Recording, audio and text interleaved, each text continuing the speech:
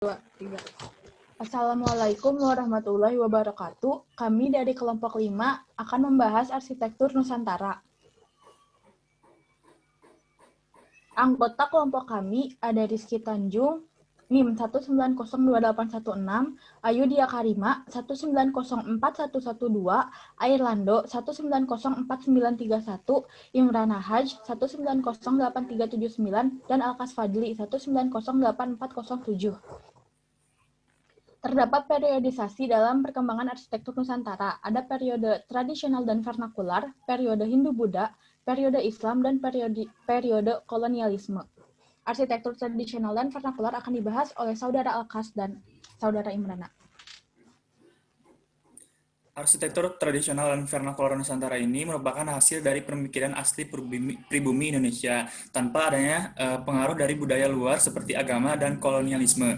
Dalam konteks arsitektur, keduanya memiliki akar makna yang hampir sama. Namun perbedaannya yaitu arsitektur vernakular adalah bentuk karya orisinal yang sangat spesifik dengan kandungan dan filosofi lokal yang sangat kuat, bersifat konstekstual, dan dipengaruhi oleh perkembangan zaman. Sementara arsitektur tradisional adalah mahakarya vernakular yang diakui secara aklamasi dengan elemen-elemen tradisi dan pakem-pakem yang digunakan terus-menerus secara turun-temurun dengan rentang waktu yang sangat lama. Kemudian ada ciri-ciri arsitektur tradisional. Yang pertama, lokal dan turun-temurun. 2, tidak dipengaruhi oleh budaya luar. Tidak dipengaruhi oleh perkembangan teknologi, berpondasi tiang kayu, atap yang memanjang dan miring, penggunaan material setempat seperti bahan bangunan, seperti kayu dan bambu. Lalu ada ciri arsitektur vernakular, 1, lokal dan konseptual, 2, menggunakan material yang tersedia di lokasi, 3, menggunakan tukang lokal untuk mendapatkan hasil yang optimal, 4, program ruang menyesuaikan dengan kondisi di lokasi. Yang kelima, bentuk atau keluaran tetap mencerminkan kebudayaan setempat. Ini ada karya bangunan arsitektur tradisional. Yang pertama, rumah gadang, yaitu rumah adat tradisional Minangkabau, Provinsi Sumatera Barat. Karakteristik dari rumah gadang ini meliputi, yang pertama, struktur atap yang seperti tanduk, bernama gonjong. Yang kedua, ukiran pada fasad. Yang ketiga, pondasi menggunakan kayu yang dialasi oleh batu sandi. Yang keempat, membentuk rumah panggung. Yang kelima, memiliki satu tangga masuk. Fungsinya sebagai tempat musyawarah keluarga, kemudian tempat mengadakan upacara-upacara adat dan tradisi. Yang ketiga, tempat pewarisan nilai-nilai adat yang merupakan representasi dari budaya matrilineal. Falsafah Minangkabau, yaitu alam takambang jadi guru, merupakan menjadi sumber bagi ukiran pada fasad rumah gadang ini. Ukiran fasad pada rumah gadang ini merupakan ragam hias, melingkar, ataupun persegi. Dan juga merupakan tanaman rambat dan tanaman hias seperti akar merambat, daun, buah, dan bunga. Ada juga yang berbentuk geometris segitiga dan jajaran genjang. Kemudian yang kedua, ada rumah tongkonan dari Toraja, Provinsi Sulawesi Selatan. Karakteristik rumah tongkonan yaitu yang pertama, bentuk atap seperti perahu yang mengingatkan terhadap leluhur mereka sebagai pelaut. Yang kedua, ada ukiran. Ada 4 jenis ukiran. Yang pertama, Pak Bare Alo. Yang kedua, Pak Tedong. Yang ketiga, Pak Manuk Londong. Yang keempat, Pak Susuk. Yang dimana 4 ini memiliki bentuk masing-masing dan filosofi masing-masing. Kemudian yang ketiga, warna rumah adat. Ada 4 juga. Yang pertama, itu putih, hitam, merah, dan kuning. Fungsi dari rumah ini merupakan simbol strata sosial masyarakat setempat. Yang kedua, tempat melaksanakan upacara-upacara adat masyarakat Toraja. Selanjutnya. Lalu ada contoh karya arsitektur vernakular, yaitu Rumah Sasak Ende. Rumah Sasak Ende memiliki karakteristik. Pertama, tanah liat untuk lantai, serta kotoran sapi untuk memperkokohnya. Kedua, kayu pasak yang berfungsi sebagai pilar rumah. Yang ketiga, kayu ini kira-kira tingginya 3 meter, tapi 2 meternya masuk ke dalam tanah. Yang keempat, struktur bangunan yang tahan guncang. Kelima, setelah mengamati bentuk asli rumah suku Sasak Ende yang khas, para pengunjung diajak berkumpul ke tempat perkampungan yang memiliki halaman yang cukup luas, halaman luas yang dikelilingi oleh rumah. Rumah adat itu digunakan untuk tempat berkumpul warga, sekaligus tempat menyajikan tarian khas suku Sasak. Fungsi sebagai tempat tidur sekaligus, sebagai tempat untuk memasak. Kedua, ada rumah adat Bali. Rumah adat Bali memiliki karakteristik pertama, adanya tembok batas rumah atau penyengker karang. Kedua, terdapat angkul-angkul yang biasa disebut pintu masuk rumah. Yang ketiga, terdapat tempat sembahyang yang lebih dikenal dengan sanggah, pamerajan, perajan. Terdapat balai daja, gedong, meten yang letaknya di sisi utara perkarangan rumah. Yang kelima, terdapat balai dingin di sisi timur perkarangan. Yang keenam, terdapat dapur atau pawon di sisi selatan. Yang ketujuh, terdapat balai dauh di sisi barat. 8, terdapat lumbung sebagai tempat penyimpanan padi. Kesembilan, tata ruang rumah tradisional Bali mengikuti konsep kosmologis dalam penataan perkarangannya, tata letak masa bangunan yang diposisikan sesuai dengan fungsi, makna, serta tata nilainya. Fungsi dari rumah adat Bali yaitu untuk pemujaan kepada dewa dan roh suci leluhur.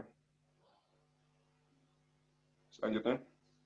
Arsitektur Hindu-Buddha akan dijelaskan oleh Saudara Ayudhya Karima. Agama Hindu-Buddha itu tersebar ke Nusantara melalui jalur perdagangan, jalur laut dari India. Masuknya pengaruh Hindu-Buddha ke Nusantara ini tidak hanya mempengaruhi aspek keagamaannya, namun juga pemerintahannya dari yang sebelumnya bersuku-suku menjadi kerajaan-kerajaan. Untuk dalam seni arsitekturnya, pengaruh Hindu-Buddha dari India mengembangkan bangunan khas berupa candi, stupa, candi, yupa, dan prasasti. Candi yang ada di India membentuk stupa bulat yang digunakan untuk tempat pemujaan. Kalau yang di Nusantara sendiri itu digunakannya umumnya untuk tempat peribadatan. Walaupun beberapa candi memiliki kegunaan lainnya. Beberapa candi dibangun dengan amat megah, detail, dan estetik. Mengikuti teknologi arsitektur pada zamannya. Menggunakan teknologi arsitektur pada zamannya, bangunan ini menunjukkan tingginya kebudayaan dan peradaban yang eksis di zaman tersebut. Untuk karakteristiknya itu ada sistem gugusan terpusat yang mana candi induk dikelilingi oleh candi-candi anak atau kelawara. Sedangkan untuk sistem gugusan linear berurutan, itu posisi candi perwara berada di depan, candi induk disusun berurutan simetris, ada juga yang asimetris. Untuk material candinya sendiri, ada batu andesit atau batu bekuan vulkanik, ada pula batu putih yang merupakan endapan piroklastik berwarna putih, ada bata merah yang merupakan lumpung tanah merah yang dikeringkan dan dibakar, ada stuko yang merupakan beton dari semacam tumbukan batu dan pasir, ada juga bajraleva yang merupakan pelapis dinding candi tersebut. Lalu ada langgam-langgamnya dibedakan menjadi dua, ada langgam Jawa Tengah dan langgam Jawa Timur.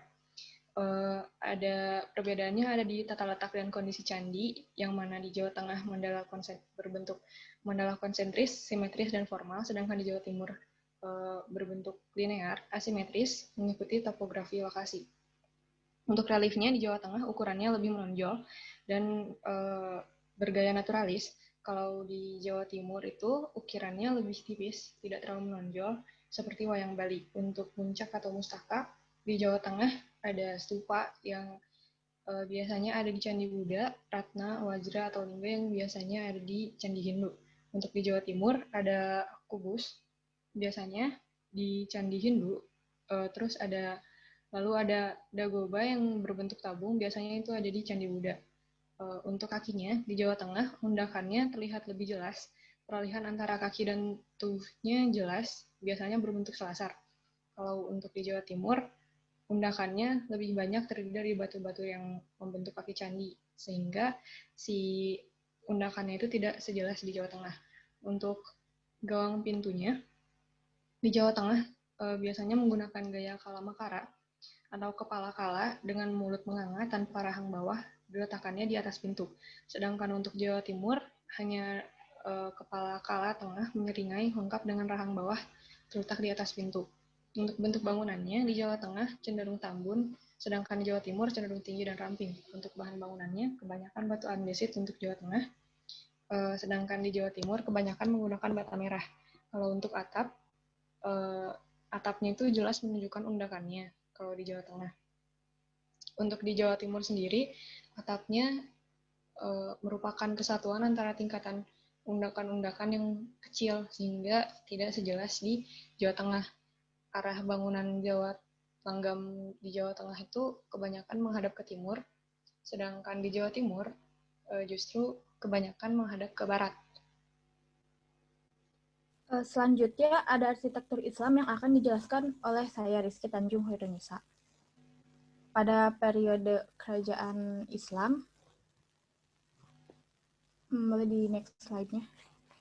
Agama Islam datang ke Indonesia melalui jalur perdagangan pada abad ke-7 dan 13. Terdapat 3 teori mengenai datangnya Islam ke Indonesia. Yang pertama ada teori Gujarat, yaitu Islam masuk melalui peran pedagang India Muslim pada abad ke-13 Masehi. Lalu ada teori Arab, Islam masuk melalui peran pedagang Arab pada sekitar abad ke-7 Masehi. Lalu yang terakhir ada teori Persia, yaitu Islam masuk melalui peran pedagang Persia yang sebelumnya singgah di Gujarat pada abad ke-13 Masehi. Di samping beberapa teori tersebut, para pedagang banyak yang menikah dengan pribumi di Indonesia, sehingga agama Islam tersebar hingga ke kalangan kerajaan. Dari situ, agama Islam berakulturasi dengan budaya Hindu dan Buddha. Kemudian, ada bangunan kerajaan Islam. Dalam arsitektur Islam, ada perpaduan antara unsur Islam dan budaya Hindu-Buddha yang sudah ada lebih dahulu sebagai hasil dari akulturasi dengan budaya setempat. Bangunan yang paling menonjol adalah masjid, menara, dan makam. Ada ciri-ciri dari masjid kuno Nusantara, yaitu atap berupa tumpak bersusun. Bentuk atap semakin ke atas semakin kecil dengan tingkat tertinggi berbentuk limas. Atap yang demikian disebut atap meru. Puncak atap diberi puncak yang disebut mustaka. Lalu kemudian menara berfungsi sebagai tempat menandakan waktu sholat dengan bedug yang ada di dalamnya, bukan untuk mengumandangkan azan. Lokasi masjid yang biasanya berada di alun-alun kota sehingga seruan dapat terdengar ke penjuru daerah. Lalu yang terakhir memiliki denah yang berbentuk bujur sangkar, ditambah dengan lantai yang berbentuk pun dan berundak dan dilengkapi dengan serambi di depan maupun di samping bangunan masjidnya. Secara umum, ada unsur pokok masjid kuno yang terdiri dari ruang sholat, yaitu sebuah ruangan yang cukup luas untuk melakukan kegiatan sholat secara fisik. Lalu ada ruang wudhu. Ruang wudhu sebagai sumber air di masjid digunakan untuk berwudhu. Biasanya pada zaman dahulu itu ruang wudhunya itu menggunakan bak, bukan keran. Lalu ada mihrab. Mihrab merupakan bagian dari masjid yang biasanya digunakan sebagai tempat imam memimpin sholat berjamaah. Pada sholat Jumat, mihrab juga biasanya digunakan sebagai mimbar untuk memberikan ceramah. Lalu ada yang terakhir ada serambi. Serambi merupakan beranda atau fasad yang panjang dan bersambung dengan induk bangunan. Lalu ada ciri yang terakhir ada makam. Bangunan makam merupakan hasil akulturasi dari budaya Hindu-Buddha karena dalam ajaran Islam tidak ada aturan mengenai bangunan makam. Fisik bangunan pada makam Islam ketika itu banyak dijumpai berbentuk hijing atau jirat, yaitu bangunan makam yang terbuat dari tembok bata. Tidak berbeda dengan candi, makam Islam, terutama makam para raja, biasanya dibuat megah atau lengkap sekeluarga.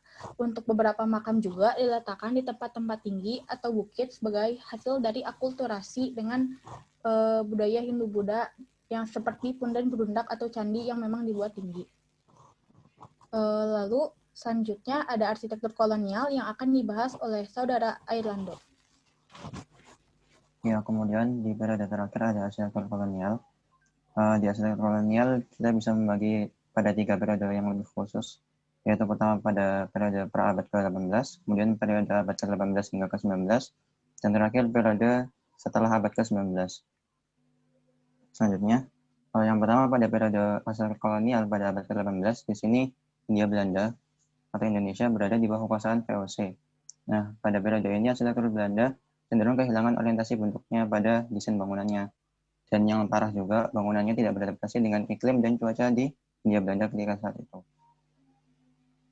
Selanjutnya, ini merupakan salah satu contoh dari bangunan pada saat itu, yaitu Gedung Arsip Nasional di Jakarta.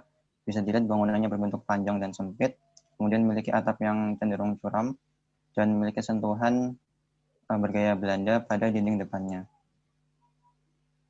Selanjutnya, pada arsitektur kolonial di abad ke-18 hingga ke-19, pada periode ini disebut dengan gaya Indus Empire atau Indus Empire Style, di mana mengadopsi gaya neoklasik, yaitu gaya yang berorientasi pada gaya arsitektur klasik, seperti Yunani dan Romawi. Kemudian unsur arsitektur barat atau klasik pada saat itu sangat kental tanpa ada campuran dari arsitektur lokal. Seperti itu. Selanjutnya, contoh bangunannya adalah Museum Nasional Indonesia dan Museum Seni Rupa dan Keramik. Dua bangunan ini memiliki ciri-ciri. Yang pertama, bentuk atapnya pelana, kemudian memiliki skala bangunan yang tinggi sebagai kesan megah, kemudian terdapat central room, terdapat trap-trap tangga yang disebut tripadoma, kemudian memiliki pilar khasnya Yunani dan Romawi. Kemudian denah bangunannya dibentuk sedemikian rupa sehingga berbentuk simetris dan memiliki timpanium atau dekorasi yang berada di atas pintu dan jendela. Kemudian bangunannya juga menggunakan pedimen, yaitu bentuk segitiga pada atap relief, diisi relief di atas deretan kolom. Kemudian memiliki jendela yang lebar tanpa ada overstack. Selanjutnya, pada periode terakhir ada arsitektur kolonial pasca abad ke-19. Pada periode ini terjadi perubahan signifikan pada corak arsitekturnya, di mana mulai terjadi percampuran antara arsitektur tradisional di Indonesia atau Hindia Belanda pada saat itu dengan arsitektur khas Belanda. Selain itu, pada periode ini juga mulai memperhitungkan iklim dan cuaca di Hindia Belanda. Selanjutnya, ini merupakan salah satu contoh bangunannya, yaitu gedung Aula ITB, Aula Barat dan Aula Timur. Di sini bisa kita lihat bangunannya tidak lagi simetris, kemudian terdapat penggunaan dormer, yaitu jendela atau bukaan yang berada di bawah atap bangunan. Ini fungsinya agar cahaya dan udara masuk dan cukup. Kemudian tata ruang didesain sedemikian rupa sehingga sinar matahari tidak masuk secara berlebihan. Kemudian penggunaan kaca juga lebih minim untuk menghindari sinar matahari berlebih juga. Kemudian terdapat banyak bukaan sebagai ventilasi silang.